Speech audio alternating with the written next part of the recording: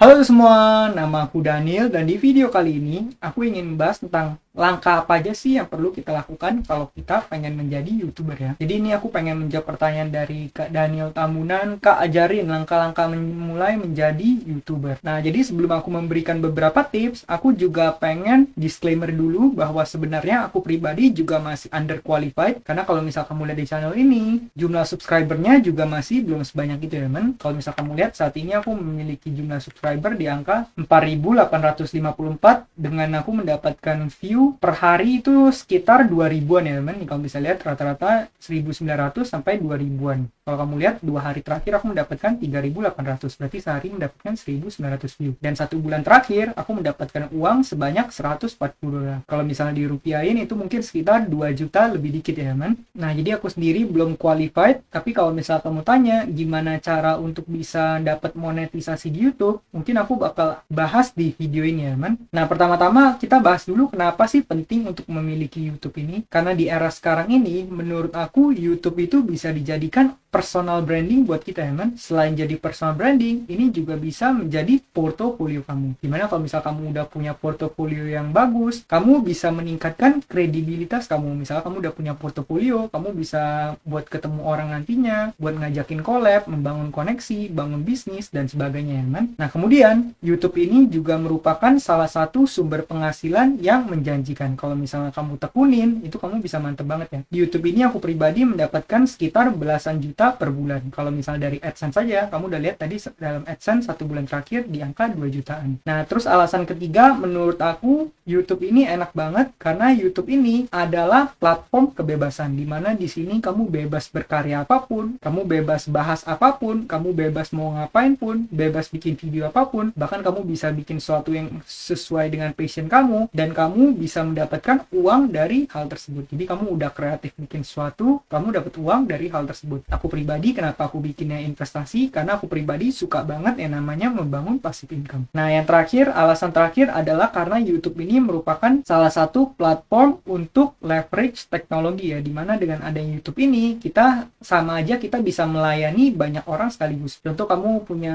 channel YouTubemu udah punya ratusan video. Artinya kalau misalnya channel tersebut ditonton oleh banyak orang sekaligus, itu artinya kamu bisa langsung melayani banyak orang sekaligus. Dan salah satunya lagi adalah YouTube ini adalah platform di mana kamu bisa mendapatkan passive income, di mana saat kamu tidur pun kamu bisa tetap ditonton oleh orang dan kamu bisa tetap menghasilkan uang dari channel YouTube-mu. Inilah mengapa aku suka banget dengan melakukan YouTube ini. Walaupun sebenarnya aku menghasilkan uang lebih besar di investasi, menghasilkan lebih besar uang di pekerjaan utamaku, tapi aku tetap senang banget untuk melakukan yang namanya YouTube ini. Karena aku bisa bantu teman-teman juga ya mengenai investasi ini. Nah, pertama-tama saat kamu pengen memulai, ini adalah salah satu yang penting banget, yaitu kamu harus menentukan niche kamu. Niche itu akan menentukan nanti channel kamu akan dibawa arahnya kemana. Karena setiap niche itu pasti memiliki RPM, CPM yang berbeda-beda. Jadi niche yang kamu pilih itu nanti akan menentukan seberapa kemampuan channel tersebut untuk bisa menghasilkan uang. Biasanya kalau misalnya kamu bahas sesuatu yang berhubungan dengan uang, bahas sesuatu yang investasi, itu bisa mendapatkan RPM, CPM yang lebih tinggi. Jadi kalau misalnya kamu mendapatkan view yang sama dengan channel di bidang lain, kamu bisa menghasilkan lebih banyak uang. Nah, kamu boleh melakukan riset dulu, kamu lihat-lihat channel lain, terus kamu juga sering nge-browse YouTube, kamu lihat apa yang lagi tren, itu kamu boleh ikuti ya kan. Cuma kalau misalnya saranku pribadi, sebaiknya kamu ikuti, cuma kalau misalnya menurut saranku pribadi, sebaiknya kamu ikuti apa yang menjadi passion kamu. Jadi kamu ikuti apa yang kamu suka. Kamu bikin sesuatu berbicara tentang sesuatu hal yang kamu suka. Karena kenapa? Karena dalam segala hal itu, satu hal yang paling penting kalau kamu mau mencapai sukses apa teman? Menurut aku itu adalah disiplin dan konsistensi. Jadi ini bukannya tentang sekali kamu bikin video terus langsung viral baru kamu bisa gede, tapi bukan seperti itu teman. Tapi ini tentang konsistensi kamu, dimana kamu setiap hari bikin, setiap minggu bikin, kamu selalu post di waktu yang terjadwal, sampai akhirnya nanti suatu saat channel kamu bisa bertumbuh secara signifikan ya teman, karena kamu udah disiplin untuk bikin konten. Jangan kamu bikin kontennya sekali-sekali, terus ngepostnya juga kadang sebulan sekali, kadang 2 bulan sekali, jangan seperti itu teman. Yang kita harus bangun adalah konsistensinya. Nah, karena konsistensi ini sangat diperlukan untuk bikin YouTube ini, Maka dari itu, aku rekomendasikan kamu untuk bikin sesuatu yang kamu suka sesuai dengan passion kamu. Karena kenapa? Karena dengan kamu melakukan suatu bidang yang sesuai dengan passion kamu, kamu bakal punya energi ekstra untuk melakukan hal tersebut. Kalau misalnya kamu ngerjain suatu video yang video tersebut gak ada hubungannya sama passion kamu gak gitu suka. Kalau misalnya kamu kerjain sekali, ya itu mungkin gak apa-apa. Kamu kerjain 5 kali, masih oke. 10 kali, masih oke. Tapi nanti kalau misalnya kamu udah video ke 50, video ke 100, video ke 200, dan konten-konten yang kamu bahas bukan sesuai dengan passion kamu, pada akhirnya kamu bisa capek sendiri, kan? Maka dari itu, menurut aku pribadi, kamu pilih apa yang menjadi passion kamu. Aku pribadi, aku suka banget sama yang namanya investasi, aku suka konsep menghasilkan uang tanpa bekerja, aku suka banget membangun yang namanya passive income. Maka dari itu, aku udah bikin ratusan video mengenai investasi pun aku masih belum capek ngomongin soal investasi. Karena aku bikin sesuatu yang sesuai dengan passion aku, ya, kan? Nah, berikutnya setelah kamu udah mulai tentuin konten, kamu harus bikin personal branding kamu. Kamu bikin personal branding, kamu pengen dikenalnya sebagai apa? Kamu pengen masyarakat tahu kamu sebagai orang yang bagaimana? Apakah sebagai orang yang lucu, sebagai orang yang bisa ini, bisa itu, sebagai orang yang misalnya jago bahasa asing, atau sebagai orang yang jago masak, sebagai orang yang jago matematika, atau apapun. Kalau misalnya aku pribadi, personal branding di channelku adalah aku pengen dikenal orang sebagai seorang yang konsisten dalam hal investasi. Itulah kenapa setiap bulan aku selalu menyisihkan 80% dari penghasilanku. Dan ini udah aku lakukan selama beberapa tahun ini. Sampai akhirnya asetku bisa bekerja, menghasilkan uang lagi untukku, dan membangun passive income. Nah, jadi personal branding ini lumayan penting juga. Kamu harus tentuin di awal, kamu pengen jadi YouTuber yang seperti apa, ya, kan? Contohnya kamu misalnya di channel gaming, kamu pengen dikenal sebagai seorang sultan di channel gaming, dimana kamu selalu belanja diamond, selalu belanja cash, selalu pakai item terbaru. Nah, itu boleh juga. Jadi kamu bisa bangun personal branding kamu, ya. Kalau misalnya nanti personal branding udah kebangun, pasti nanti channelnya bakal berkembang secara signifikan.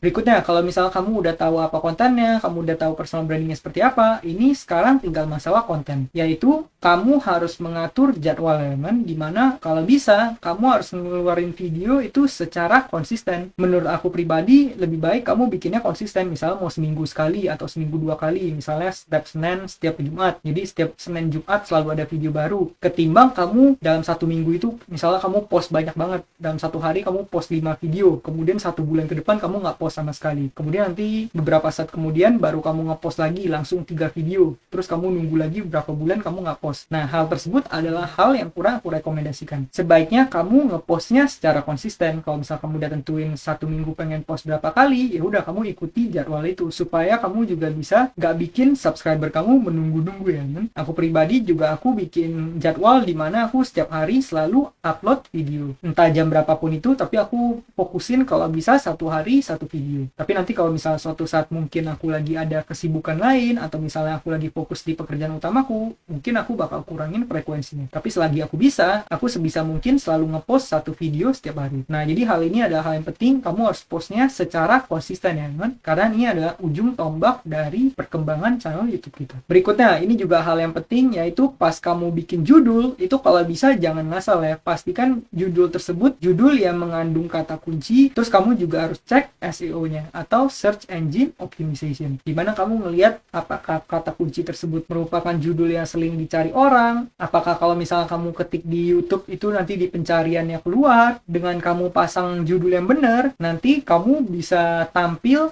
di pencarian orang yang sesuai dengan video kamu, ya, kan? Nanti mungkin aku bakal bikin 1 video khusus untuk membahas mengenai SEO ini, ya. Nah, di sini juga kamu harus bikin deskripsi, itu harus dimaksimalkan. Ini mungkin biar lebih gampang kita bakal coba upload video, ya, kan?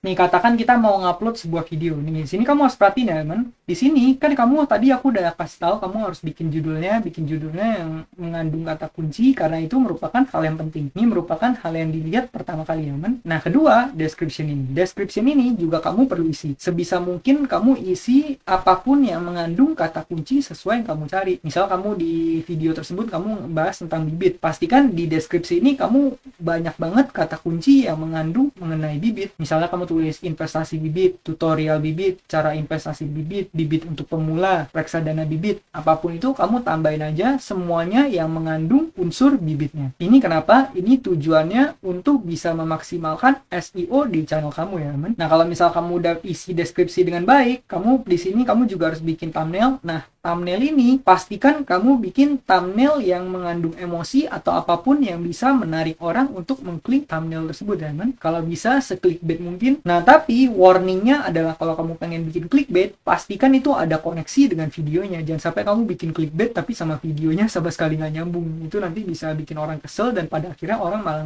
nggak suka videonya ya kan. Dan kalau misalnya orang nggak suka videonya, terus nanti retentionnya rendah, orang nggak nonton videonya panjang, atau orang nggak nonton video sampai akhir, akhirnya hal tersebut bisa mendamage channel kita. Jadi pastikan kamu bikin thumbnailnya yang semenarik mungkin, se-clickbait mungkin, tapi pastikan tetap ada koneksi dengan konten, dengan pembahasan kamu di video tersebut. Berikutnya di meta ini kamu juga isi, kalau bisa kamu isi di playlist ini untuk memudahkan subscriber kamu, supaya kalau misalnya mereka nanti pengen mencari video yang berkaitan dengan topik tertentu, mereka bisa cek ke bagian playlist yang ada di channel kamu. Seperti channel ini aku udah kategori playlist menurut instrumen investasi yang aku bahas. Nah, berikutnya ini juga lumayan penting, kamu bisa isi tag. Pastikan tag ini tagnya yang sesuai dengan pembahasan kamu ya. Dan di sini kan kamu dikasih batas tag itu 500. Pastikan kamu gunakan semua 500 word tersebut ya kan. Kalau bisa kamu jangan pakainya terlalu sedikit. Kalau menurut aku sih gitu. Sebaiknya kamu pastikan pakai hampir 500. 490 nggak apa-apa, 480 nggak apa-apa. Yang pasti gunakan semua space yang kamu bisa masukkan di bagian tag ini. Tujuannya apa? Tujuannya untuk memudahkan orang yang mencari suatu konten itu nanti bisa diarahkan ke channel kamu. Kalau misalnya SEO-nya bagus, channel kamu perlahan-lahan pasti akan bertumbuh juga. Itu karena subscriber yang datang sendiri ya, bukannya kita yang secara aktif mengajak orang untuk nonton, tapi nanti subscriber yang akan datang sendiri karena mereka nge-search di YouTube kemudian ke bawah ke channel kita. Apalagi kalau video kita bisa membantu solve masalah mereka. Nah, kemudian bagian ini juga kalau bisa kamu isi bahasanya bahasa apa? Biasanya bahasa Indonesia. Kemudian di sini juga kamu isi yang konten ini nggak pernah tayang di Amerika, terus juga tanggalnya kemudian kamu isi, di sini license-nya juga kamu isi. Berikutnya kamu isi meta-meta seperti ini. Ini tujuannya untuk bisa mempermudah channel kamu untuk bisa ditemukan orang lain ya kan. Jadi sebisa mungkin isi datanya selengkap mungkin aja. Karena nothing tulus juga kan kalau misalnya kamu ngisi semua data tersebut. Nah, kalau misalnya kamu udah lakukan seperti itu, kamu harus stick ke yang tadi lagi, yaitu kamu bikin kontennya sedisiplin dan sekonsisten mungkin. Nanti kalau misalnya kamu udah uploadnya banyak, misalnya kamu udah upload sekitar 50 video, kamu udah upload 100 video, pasti dari sekian banyak video tersebut, pasti ada beberapa video yang view-nya banyak, yang performanya lebih tinggi ketimbang video lain, atau bahkan mungkin kalau misalnya bagus channelnya atau konten kamu bagus banget, bisa aja ada 10-20 video yang nanti malah ngetop. Nah, dari video-video yang bagus tersebut, kamu lihat apa aja topik pembahasan kamu yang menarik buat para subscriber kamu, dan kemudian kamu fokusnya di sana. Seperti di channel ini kan aku bahas banyak banget. Aku bahas P2P lending produktif, P2P lending konsumtif, perbankan, bibit, reksadana yang lain juga, cryptocurrency juga. Terus kalau misalnya aku lihat, wah ternyata penontonku paling banyak suka nonton video yang berkaitan dengan bibit. Ya udah, aku bikin video yang banyak mengenai bibit tersebut. Begitu juga channel kamu. Nanti dari sekian banyak video itu, kamu lihat mana yang performanya bagus, kamu fokus di sana karena subscriber kamu suka kalau misalnya kamu membahas topik tersebut. Nah, dengan kamu melakukan hal-hal yang tadi aku sebutkan, kalau misalnya kamu konsisten lakukan dalam jangka panjang, itu pasti nanti cepat atau lambat channel kamu bakal berkembang juga ya. Seperti channel ini, kalau misalnya channel ini aku diemin, itu setiap hari aku mendapatkan jumlah subscriber bertambah sebanyak sekitar 20-30. Kamu bisa cek di Social Blade ini. Nah, kalau misalnya untuk step by step monetisasinya, nanti mungkin aku bakal bahas di video lain. Tapi core-nya yang penting udah aku sebutkan di video ini ya, man. Nah, terakhir untuk menutup video kali ini, aku pengen kasih tahu, menurut aku pribadi, ada dua hal yang paling penting untuk memulai YouTube ini. Yang pertama apa? Yang pertama adalah be resourceful. Artinya, kamu harus bisa memulai dengan semua resource yang kamu punya. Jadi, apapun resource yang kamu punya, kamu manfaatin sebaik-baiknya. Jangan bilang kamu nggak ada kamera, atau misalnya HP kamu kurang dukung, atau misalnya kamu nggak punya PC, atau kamu nggak punya misalnya lighting-nya bagus. Itu semua menurut aku pribadi, itu bukan excuse. Yang penting kamu mulai dulu aja dengan semua resource yang kamu punya. Kalau kamu punya kamera, kamu bisa pinjam dulu. Kalau misalnya kamu belum punya equipment buat ngedit, kamu bisa ngedit di HP. Sekarang ada banyak aplikasi. Yang pasti kamu mulai dulu dengan semua resource yang kamu punya. Aku pribadi, aku nggak nge-spend banyak uang di channel ini. Bahkan kalau misalnya modalku bisa dibilang modalku itu hanya modal tenaga, modal waktu, sama modal untuk membeli kamera ini sebesar 1,3 juta. Itu pun kamera ini emang aku bakal pakai buat kepentingan kerjaanku atau kepentingan kantorku. Jadi bisa dibilang YouTubeku ini tanpa modal juga ya, kan? Modal tenaga dan modal waktu. Jadi kita sebaiknya nggak bikin alasan, kamu harus bisa gunakan semua resource yang kamu punya saat ini, nanti seiring berkembangnya waktu, kamu udah mulai dapet uang, baru kamu invest lagi ke bisnis YouTube-mu. Kemudian yang kedua, ini adalah yang paling penting, yaitu yang tadi aku udah sampein, yaitu disiplin dan konsisten. Pada akhirnya, sukses atau nggak sukses, menurut aku pribadi, ditentukan oleh seberapa disiplin kamu dan seberapa konsisten kamu. Kalau misalnya kamu gagal, asalkan kamu nggak berhenti mencoba, itu kamu belum kalah ya, kan? Kamu coba terus sampai akhirnya nanti kamu suatu saat bisa meledak, suatu saat channel kamu bisa ditemukan, dan pada akhirnya menurut aku pribadi, channelmu akan maju juga. Yang penting kamu nggak berhenti untuk berusaha dan belajar terus. Nah, jadi mungkin sekian aja jawaban-jawabanku mengenai cara untuk memulai channel YouTube, prinsip-prinsip dasar yang kamu perlukan kalau misalnya mau mulai channel YouTube. Buat teman-teman yang baru mulai nge-YouTube, kamu juga boleh komentar, atau kalau misalnya mau saling subscribe juga boleh di kolom komentar ya, kan? Supaya kita bisa support sesama para pejuang YouTuber pemula. Karena aku pribadi juga masih tergolong YouTuber pemula ya, kan? Semoga video ini bisa membantu buat teman-teman semuanya ya. Kalau misalnya kamu pengen belajar lebih lanjut mengenai YouTube, kamu bisa cek playlist digital marketing yang ada di channel ini. Nah, mungkin sekian aja videoku pada kali ini. Semoga video ini bermanfaat buat teman-teman semua. Dan akhir kata, jangan lupa untuk selalu invest in yourself. Sampai jumpa di video berikutnya. Bye.